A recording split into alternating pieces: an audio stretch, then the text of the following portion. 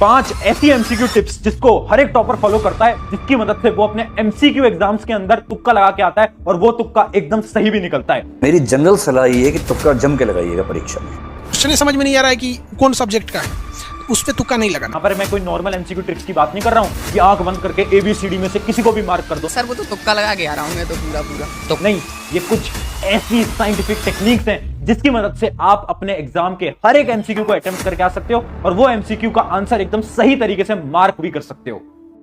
आप ये सोच के आए हो कि मैं कुछ आपको जादू मंत्र बता दूंगा, मैं आपको कुछ ऐसी तुक्का स्ट्रैटेजी बता दूंगा जिससे कि आप बिना पढ़े टॉपर बन जाओगे, ऐसा तो पॉसिबल नहीं है। अगर आप ये सोच के आए हो, इस वीडियो को छोड़ सकते हो, क्योंकि आज मैं आपको साइंटिफिक एमसीक्यू ट्रिक्स बताने वाला हूं।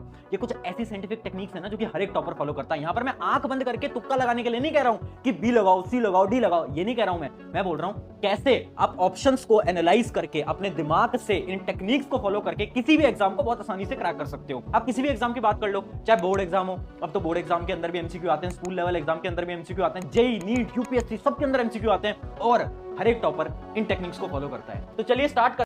अगर आप मैट्रिक के स्टूडेंट्स हैं, आप सारा साल नहीं पढ़े या आपको पूरी बुक याद नहीं होती, आप चंद सवालात तैयार करके बोर्ड इम्तिहान में अच्छे नंबरों से पास होना चाहते हैं, तो अभी प्रोफेसर नासिर इरफात नासिर के लिखे हुए 100% गारंटी वाले गेस्ट पेपर से तैयारी कीजिए। ऑर्डर करवाने के लिए अभी इस नंबर पर राब्ता कीजिए 030350400173। स्टार्ट करते हैं। सबसे पहले हम ये देखते हैं कि 3 टाइप के हमारे क्वेश्चंस होते हैं। पहला टाइप क्या है? पहले टाइप के वो क्वेश्चंस होते हैं जो कि हमें बिल्कुल अच्छी तरीके से आते हैं, वो तो आपको पता ही है। कुछ क्वेश्चंस ऐसे होते हैं जो कि आपको आते हैं, कुछ क्वेश्चन ऐसे होते हैं जो कि आपको नहीं आते, और कुछ क्वेश्चन ऐसे होते हैं जो कि आपको कंफ्यूज करते हैं, जिसमें आपको लग रहा है कि आंसर ए भी हो सकता है यार, बी भी हो सकता है, सी भी हो सकता है, बट मैं कंफ्यूज हूं, मुझे याद तो है बट मैं कंफ्यूज हूं, है ना।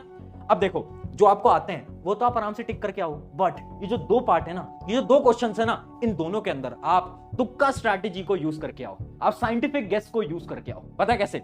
अभी बताते हैं। चलिए स्टार्ट करते हैं। हमारी टिप नंबर 1 पहला है हमारा एलिमिनेशन मेथड।